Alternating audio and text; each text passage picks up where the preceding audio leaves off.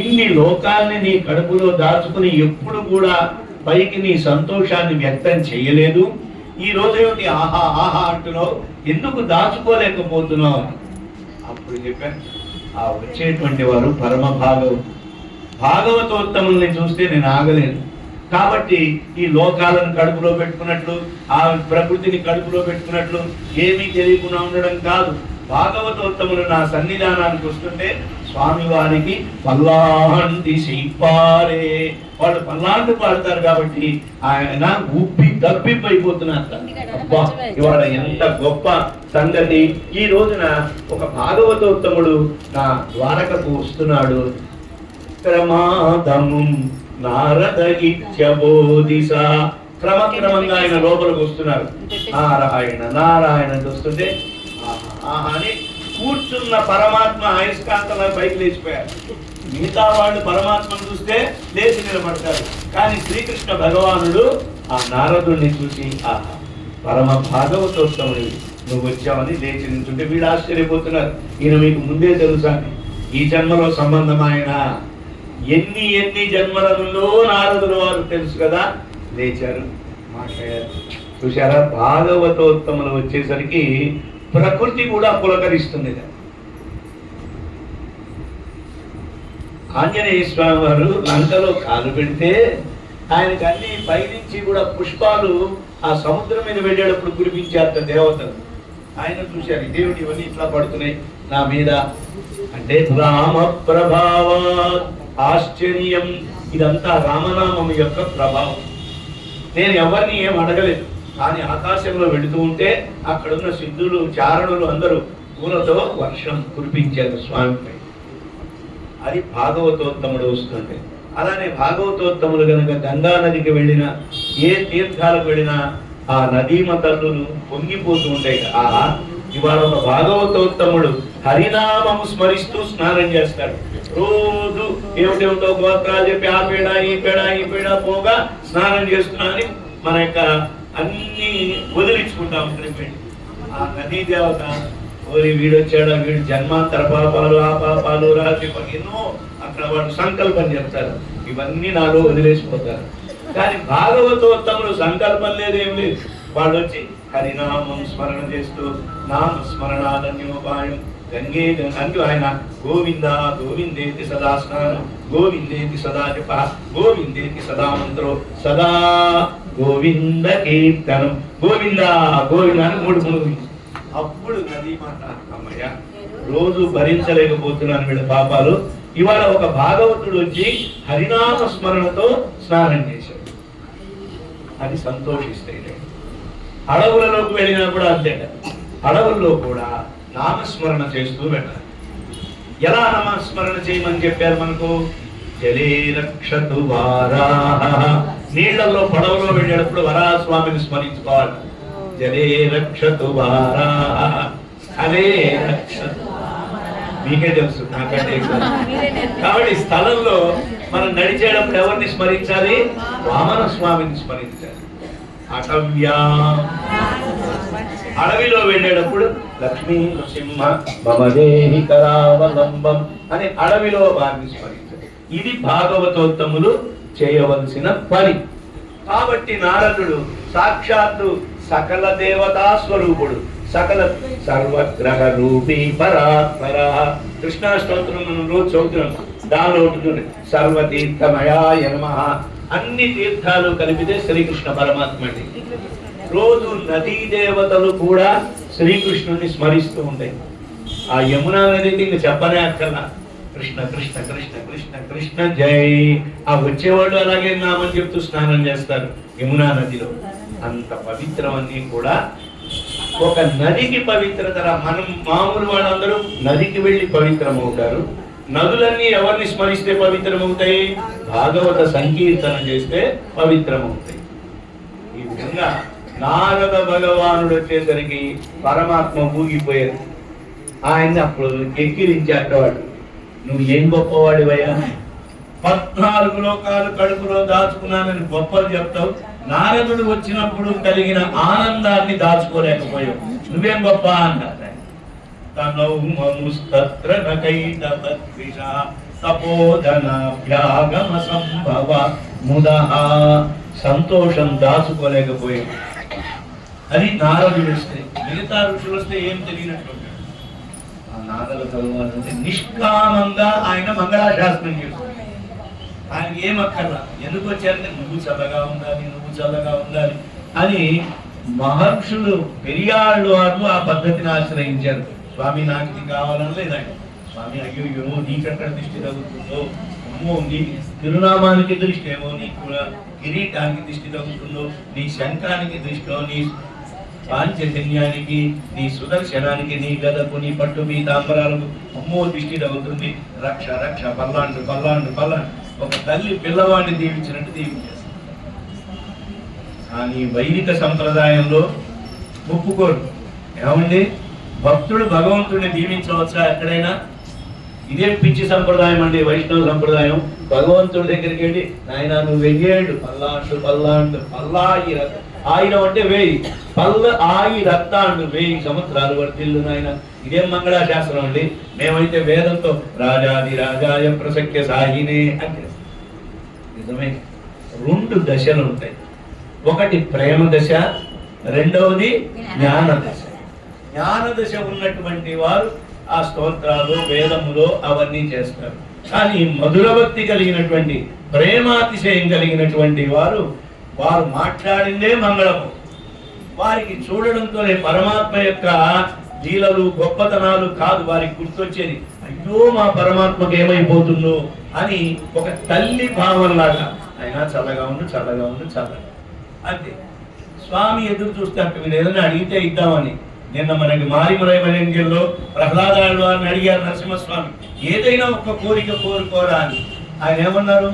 నాకు కోరికలు లేవు స్వామి అన్నారు. ఈ రోజు పాశురం కూడా ఇంచుమించు అలాగే ఉంటుంది. ఏమంటుంది?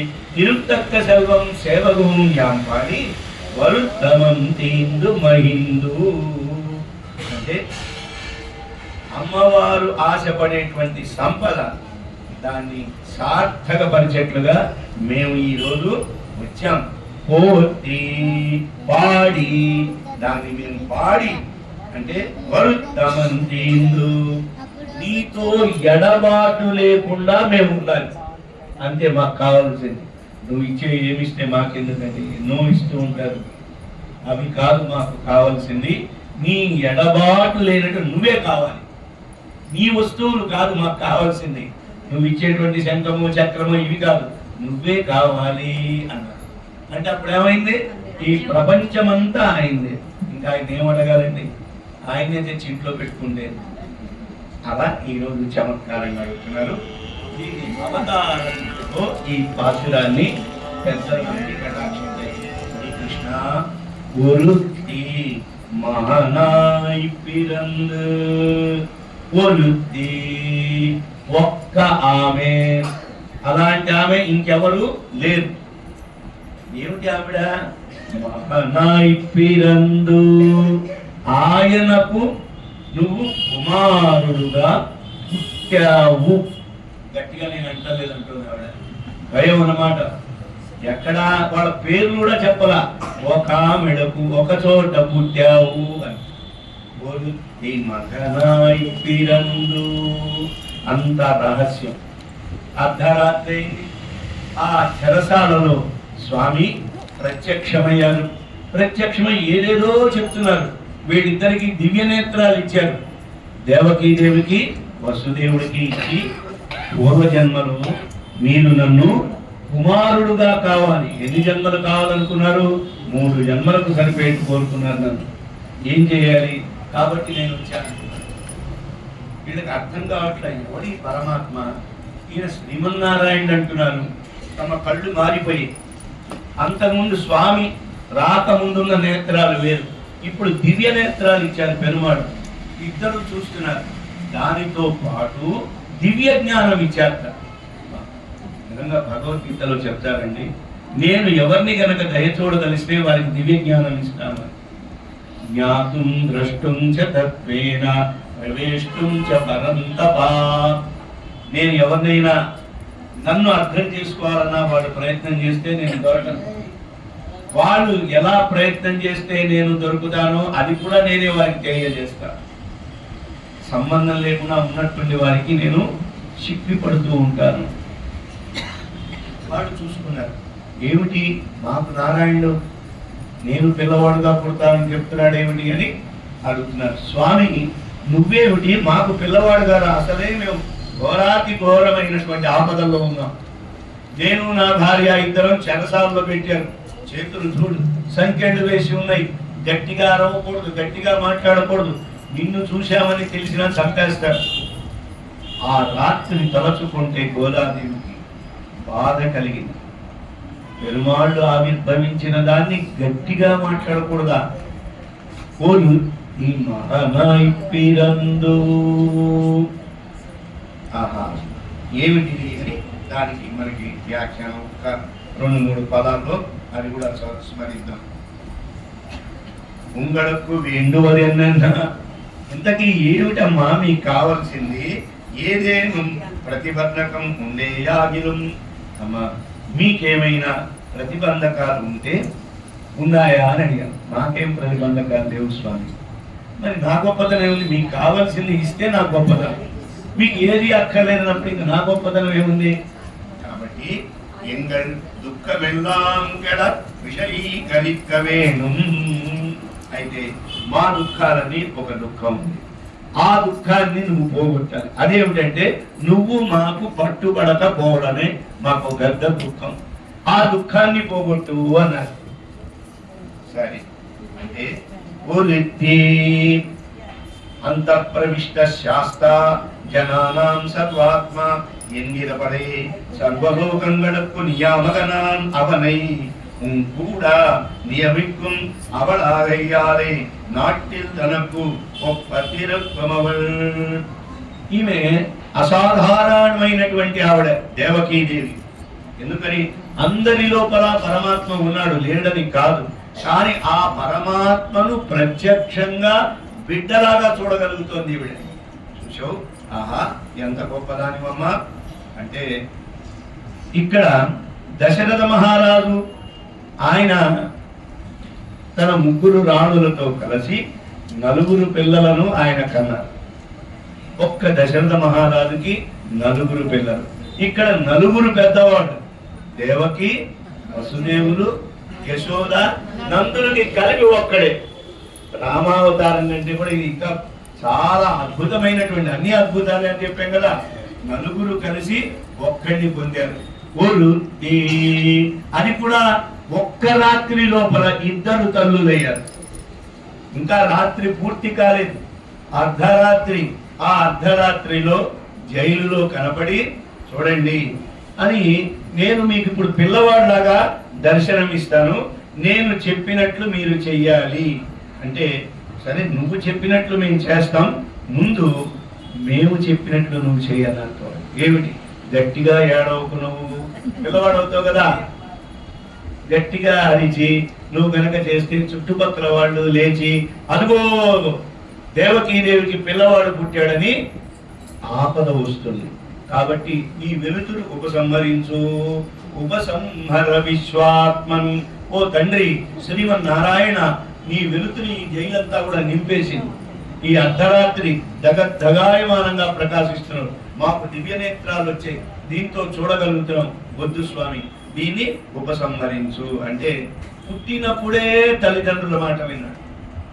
రాముల వారు ఎప్పుడో 10 ఏళ్ళు వచ్చిన తర్వాత నాయనా నువ్వు విశ్వామిత్రుడితో పోతే అప్పుడు విన్నాడు ఆయన మాట. ఈయన పుట్టినప్పుడే విన్నాడంటే ఎంత గొప్పవాడమ్మా. చూశాక తమృతం ఆ పిల్లవాడిని వసుదేవుడు కింద చూశాక పైన పరమాత్మ మాయమైపోయి చిన్న బుట్టలో కనబడ్డాక ఎలా ఉన్నారు? అద్భుతం, అద్భుత శిశువులాగా ఉన్నాడు. మామూలు శిశువు అయితే 2 చేతులు, 2 కాళ్ళు, ఇంకా పళ్ళు వచ్చి ఉండవు, ఏమంటే జుట్టు పెద్దగా రాదు, పసిపాపలాగా ఉండేవారు. ఈయన ఎలా ఉన్నట్ట? పుట్టినప్పుడే శంకు చక్రాలు. పుట్టంగానే శంఖ చక్రాలు ఉన్నాయి. చూడమమ్మ ఇటువంటి శిశువు అన్నమాచార్య వారు పాడారు. ఎక్కడైనా చూసారా ఇట్లాంటి పిల్లవాడిని మీరు?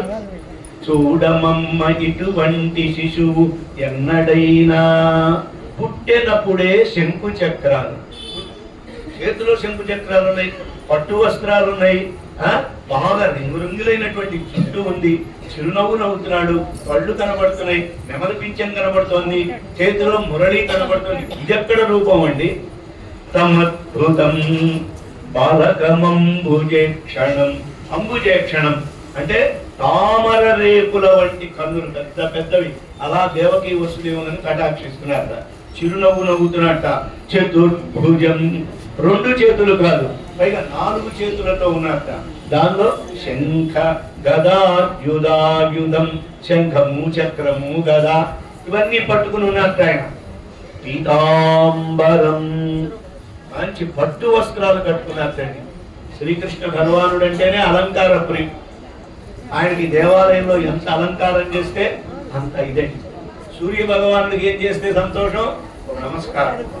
నమస్కార ప్రియో భాను, సూర్య నమస్కారాలు చేయాలి. ప్రొద్దున్నే లేచి నమస్కారాలు, నీళ్లతో అర్ఘ్యమిస్తే సంతోషం. మరి శివునికి అభిషేక ప్రియో రుద్ర, వెళ్ళిన వాడు ప్రతి ఒక్కడు అభిషేకం చేస్తారు. ఎంత చలికాలమైనా సరే, చలి అంటున్నా సరే కొంచెం నిండిపోతుంది. ఇంకా కొందరు గట్టిగా మొక్కుకుంటారు. ఏకాదశ రుద్రాక్ష కదిలితే ఒడ్డు 11 సార్లు దమ దమ దమ దమ బిందెలు పోస్తారు.